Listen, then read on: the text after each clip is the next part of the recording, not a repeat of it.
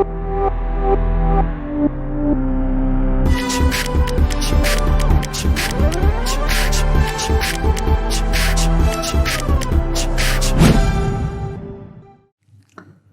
दोस्तों, अगला क्वेश्चन देखते हैं। काफी आसान क्वेश्चन है, लेट्स सी।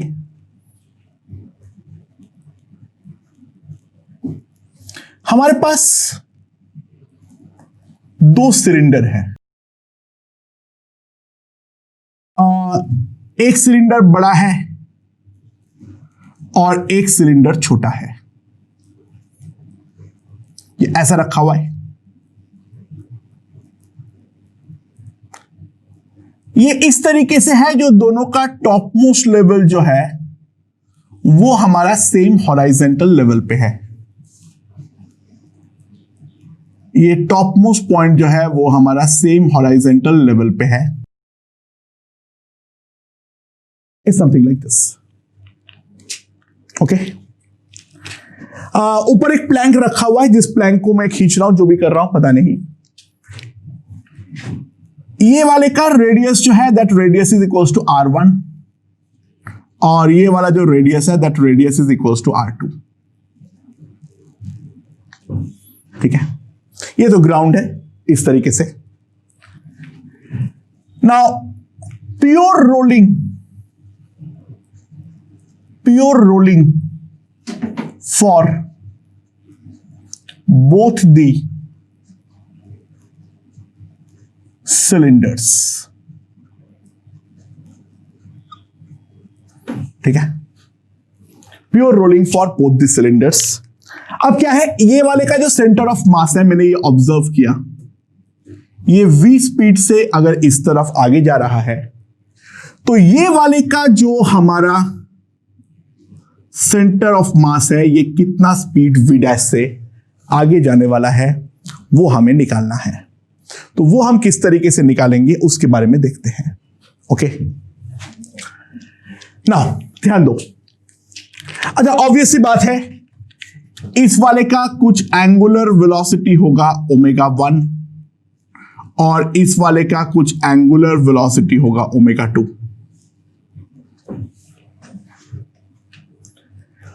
चालू किस पॉइंट से करेंगे, ध्यान देना। ये जो हमारा पॉइंट है,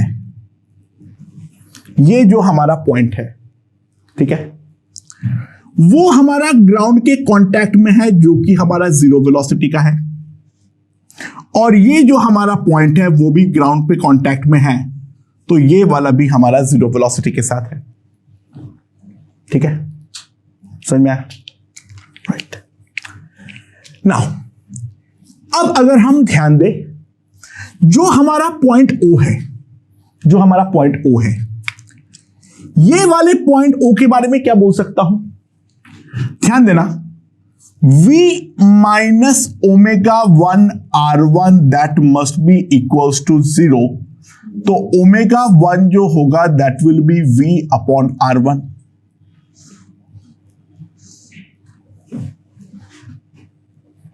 तो टॉप मोस्ट पॉइंट का जो भी हमारा स्पीड होगा वो डेफिनेटली हमारा कितना आएगा, ध्यान देना, that will be equals to V plus ω1 R1। तो ये वाला पॉइंट का जो स्पीड आएगा वो आएगा 2v। तो ये अगर 2v है तो पूरा प्लैंक जो है वो भी हमारा 2v से डेफिनेटली मूव कर रहा है। ठीक है, तो ये वाला जो है वो हमारा 2v से अगर मूव कर रहा है तो ये वाला पॉइंट भी 2v से मूव करना चाहिए और ये वाला पॉइंट हमारा 0 से मूव करना चाहिए। Therefore, v dash plus ω2 R2 that will be equals to 2v topmost point के लिए, and v dash minus ω2 R2 that must be equals to 0। तो अब अगर मैंने दोनों इक्वेशन को ऐड कर दूं तो 2v dash equals to 2v, यानी v dash जो आएगा that will be equals to v। यानी amazingly irrespective of the radius दोनों का सेंटर जो है वो हमारा सेम स्पीड के साथ ही मूव करने वाला है, दोनों में कोई डिफरेंस नहीं होगा। It is irrespective of the fact जो दोनों का रेडियस का रेशियो क्या है, उस बात से कोई फर्क नहीं पड़ता है। हाँ, ऑब्वियसली दोनों का ओमेगा अलग अलग होगा, ठीक है। ओमेगा का जो रेशियो होगा वो omega 1 R1 must be equals to omega 2 R2, ठीक है। तो omega 1 by omega 2 R2 by R1 आएगा, बट दोनों का जो सेंटर ऑफ मास का स्पीड होगा वो हमारा डेफिनेटली सेम होने वाली है। ओके, नाउ थोड़ा सा अब हम लोग प्लैंक को टेढ़े करते हैं। ये मेरा ग्राउंड है, ये एक रिंग या डिस्क है, जो भी है पता नहीं। ये मेरा एक प्लैंक है, लाइक दिस। प्लैंक जो है वो टेंजेंशियल है, यहां पर टेंजेंशियल है, और यहां पर इस इंस्टेंट पे जो एंगल बनाता है वो हॉरिजॉन्टल के साथ, that is alpha, right. Plank को मैंने इस डायरेक्शन में मूव करवा रहा हूं किसी एक इंस्टेंट पे 2v, ठीक है। प्लैंक को मैंने इस डायरेक्शन में मूव करवा रहा हूं 2v से। तो अगर प्योर रोलिंग हो रहा है 2v, चलो v लिख दो, हाँ कोई ना, v से मूव करवा रहा हूं। प्योर रोलिंग एज्यूम करो, then find VCM and omega of the ring। Ring का VCM और ओमेगा जो है वो हमारी कितनी होने वाली है, ठीक है। सो किस तरीके से निकालेंगे? अच्छा ध्यान देना, यहां पर ऐसा VCM है और यहां पर ऐसा ओमेगा है, ठीक है।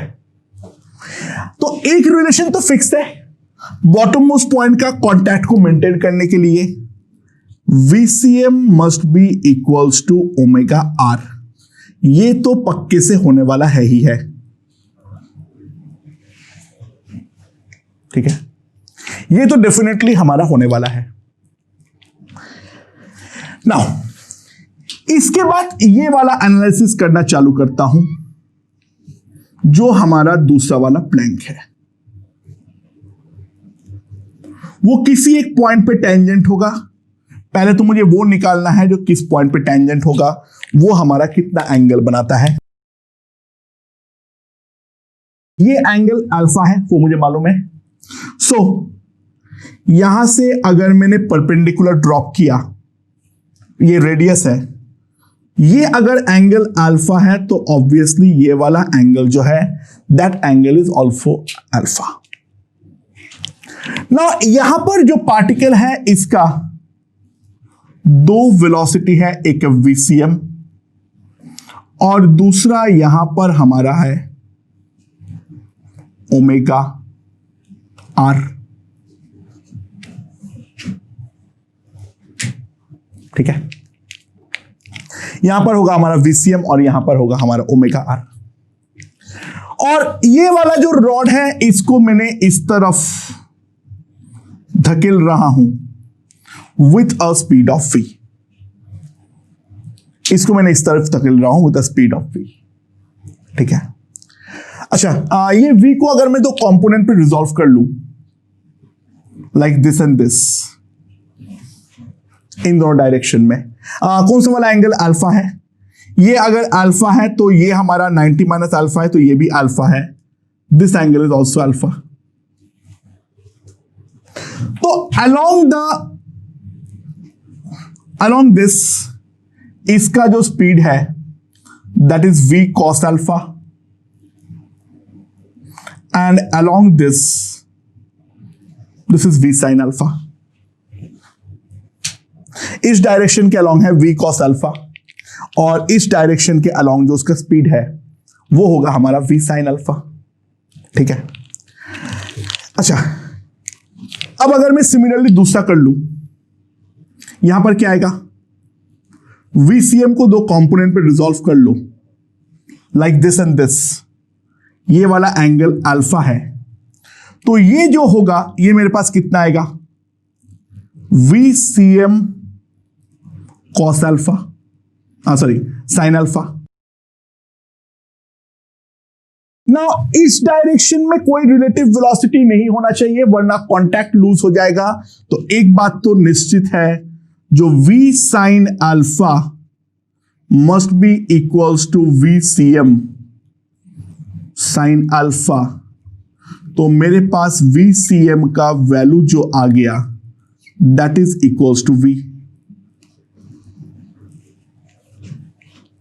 तो VCM और ओमेगा दोनों के बीच दोनों का वैल्यू एक्चुअल में आ चुका है। अब हमें क्या देखना है, ध्यान दो, जो क्या ये सिनेरियो पॉसिबल भी है या नहीं, जो यहां पर हमारा स्लिपिंग ना हो, is it even a possibility और नॉट, क्योंकि अब हमारा यहां पर स्लिपिंग का कंडीशन आने वाली है। उसके लिए अगर मैं देखूं VCM cos alpha plus omega R that must be equals to V cos alpha. But VCM हमारा V है और ओमेगा आर भी हमारे पास V है, तो ऑब्वियसली बात है ये वाला इक्वेशन सेटिस्फाई नहीं होगा। तो कुछ भी हो जाए इस सिनेरियो पे अगर मैं इस तरीके से धकेलूंगा तो प्योर रोलिंग होना किसी भी हालत पर संभव नहीं है। ओके दोस्तों, देखो क्या है क्वेश्चन में। मेरे पास एक 2 स्टेप है। इस स्टेप के अंदर एक नीचे एक सिलेंडर रखा हुआ है लोअर स्टेप में, और इसके ऊपर जो है एक हमारा इनहोमोजेनियस रॉड रखा हुआ है ऑफ अ लेंथ 4r। उसका जो रॉड का सेंटर ऑफ मास है वो है हमारा C पर, और ये वाला जो पॉइंट है एंड पॉइंट जो है वो डायरेक्टली वर्टिकली इसके नीचे है, इस वाले के ऊपर है, इसके सेंटर के।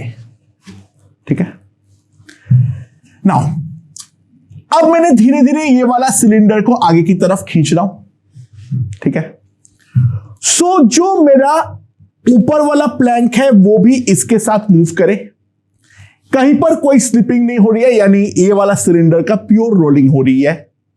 तो सवाल ये है, जिस इंस्टेंट पे ये वाला रॉड हमारा कांटेक्ट छोड़ दे ये अपर सरफेस के साथ, वो पॉइंट पर हमारा जो नीचे इसका जो सेंटर है सिलेंडर का, वो टोटल कितना डिस्टेंस ट्रैवल किया है, ये चीज हमें निकालनी है।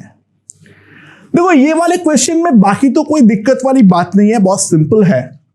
जो अगर मैं सिलेंडर का पॉइंट ऑफ व्यू लूं तो सिलेंडर का सेंटर ऑफ मास अगर मेरा V0 से मूव करता है और एंगुलर वेलोसिटी है V ओमेगा, तो नीचे वाले पॉइंट पे स्लिपिंग ना हो उसके लिए ऑब्वियसली V0 जो है वो मेरा ओमेगा आर होना चाहिए, और V0 अगर ओमेगा आर है, टॉप मोस्ट पॉइंट का स्पीड जो होगा वो होगा हमारा V0। और ये वाला पॉइंट ऊपर के प्लैंक के हमारा कांटेक्ट में है, तो वेलोसिटी ऑफ प्लैंक जो होगा that is equals to 2V0 to the right. अब यहां पर सवाल आता है, जो हमारा प्लैंक है वो किस इंस्टेंट पे अपर सरफेस के साथ कांटेक्ट को छोड़ेगा। तो वो वाला कांटेक्ट छोड़ने का लिमिटिंग केस के बारे में समझो। ठीक है, ध्यान देना, जैसे जैसे ये प्लैंक आगे बढ़ेगा C पॉइंट राइट की तरफ मूव करेगा, और राइट की तरफ मूव करते करते C अगर हमारा सेंटर ऑफ मास के जस्ट ऊपर आ गया, तो ध्यान देना ये वाले इंस्टेंट पे भी तो इक्विलिब्रियम में होगा, इसके जस्ट अगला इंस्टेंट पे C इसके थोड़ा सा और राइट जाएगा, इसका वेट जो होगा वो mg जो है वो इसके राइट से लगेगा, जिसके बाद ये प्लैंक जो है वो डेफिनेटली हमारा टॉपल कर जाएगा। तो लिमिटिंग केस पे तो यही होगा, C जो है वो हमारा सिलेंडर के सेंटर के जस्ट ऊपर रहना पड़ेगा। This is the limiting condition. वो एक बार समझ में आ जाए देन इट्स वेरी सिंपल। ध्यान दें, प्लैंक जो टोटल आगे बढ़ा है वो R से आगे बढ़ा है, प्लैंक जो आगे बढ़ा है वो टोटल R से बढ़ा है, तो उसके लिए जो टाइम लगेगा that will be simply equals to R by 2v0, right. इतने टाइम पे हमारा टॉपल करेगा और सेंटर का स्पीड जो है वो हमारा कितना है v0। सो जो हमारा डिस्टेंस होगा s that will be simply v0 into t। तो सेंटर जो है वो हमारा r बाई 2 डिस्टेंस से आगे की तरफ बढ़ने वाला है। ओके